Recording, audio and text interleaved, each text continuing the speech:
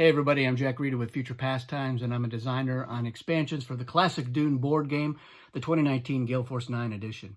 And in this video, I'm going to be talking about a power alliance that I call the Super Soldier Alliance, and that is one that exists between the Emperor and the Ixians. And this is clearly an advanced game alliance, the Super Soldier one, and that is because of the Sardaukar for the Emperor combined with the Ixian cyborgs. The Sardaukar is an advanced game advantage, although the cyborg is a basic game advantage for the Ixians. And in both cases, it is forces that count, each one counts as 2 forces. And now in advance, they will need spice in order to count as 2. Otherwise, they only count as 1, but their normal forces count as half. Now, and I do understand, of course, that the Fremen have the Fedaykin, and of course, in advance, they don't need spice at all. So they could be, they could replace either of these factions for the Super Soldier moniker. But I'm going to focus on this one because there are a couple other things that really make this a very strong alliance, and that's going to be largely in combat as well. So let's take a look at what makes this such a formidable alliance. Of course, anytime you're allied with the Emperor, you're going to have access to spice, and you're also going to have the benefit of being able to essentially get free treachery cards in the bidding round. And that is going to be enhanced by what the Ixians do and can do. Now, they're a strong faction, especially early in the game, and that is because they're going to start the game with generally the best treachery card out of all those that are dealt out. And that is because they get to see all the starting treachery cards and choose the one that they like best to keep for themselves. The rest will be then shuffled and dealt out randomly. So they'll have some knowledge about what is out there. And that means they'll know, for instance, okay, there's a couple of shields out there, so poison weapons are going to be especially valuable and useful.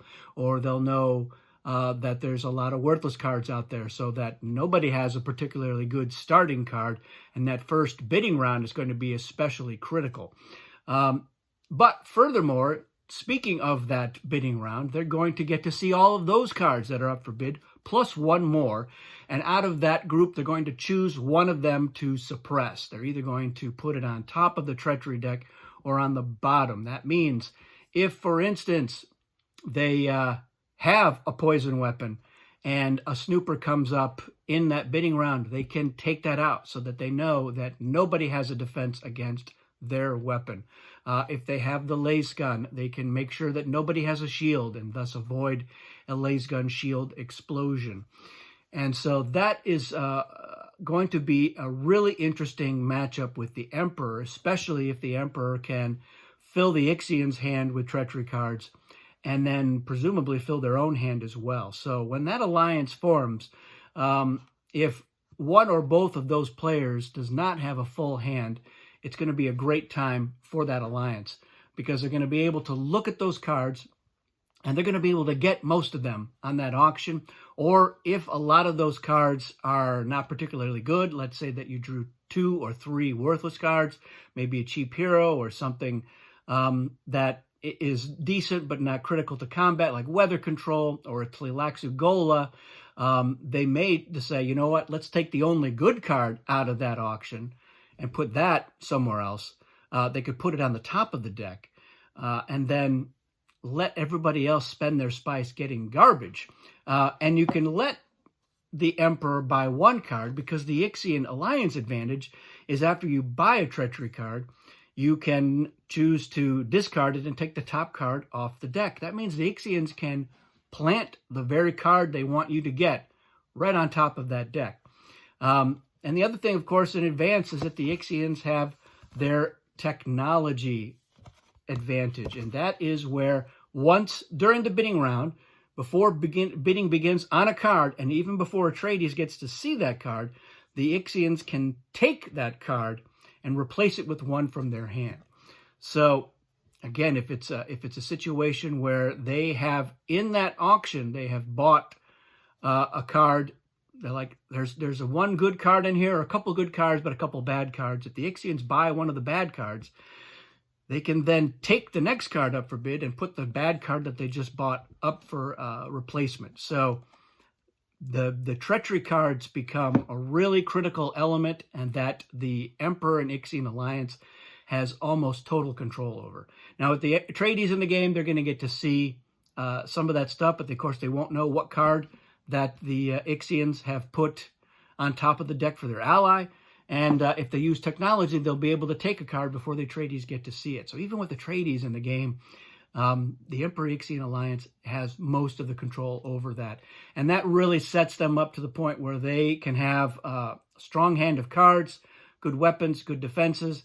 And then with the spice, they can almost always have enough to spice style with their super soldiers, as it were. So the other great part about this alliance is the other Emperor ally ability, and that is that the Emperor can pay to revive 3 of their allies' forces, and that is above and beyond any normal limits. So the Ixians only have 1 free revival, but they can revive a cyborg with it, and they can pay to revive more cyborgs. Now, the cost for cyborgs is 3 spice rather than 2 spice, so it's more expensive. But unlike with the Emperor and the Fremen, who can only revive 1 of their starred forces per turn, the Ixians can revive 3, and they could get those 3, and then the Emperor could pay for 3 more. So if the Emperor has the spice, and usually throughout the game they do, they are going to be well positioned to help the Ixians get a lot of cyborgs out of the tanks if necessary, and then help to spice style to count them at full strength. So they can win a lot of battles. And of course, don't forget that the Ixians start out in their hidden mobile stronghold, which is the hardest stronghold for other factions to get into most of the time. They can't ship directly to it. And if they're if you're trying to ship into the territory it's in, it costs twice as much. So it's really challenging for other factions. And if the Ixians are smart about where they position it, they make it very difficult for even a player with ornithopters to easily get into that stronghold. And of course, every once in a while, they can scoop up some spice, not scooping it up like a Roomba, as you know. They're just moving that mobile stronghold and then collecting spice that has been left out there unattended. So that is what you can expect from the Super Soldier Alliance.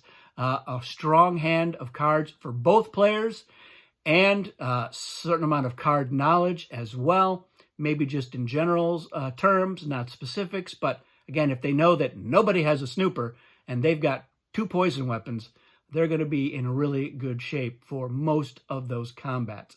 And having a great hand of cards is usually a lot of what you need to do, but being able to dial much higher than the other players because you have those starred forces makes you even more formidable. So you turn, it's an economy plus combat abilities plus great hands.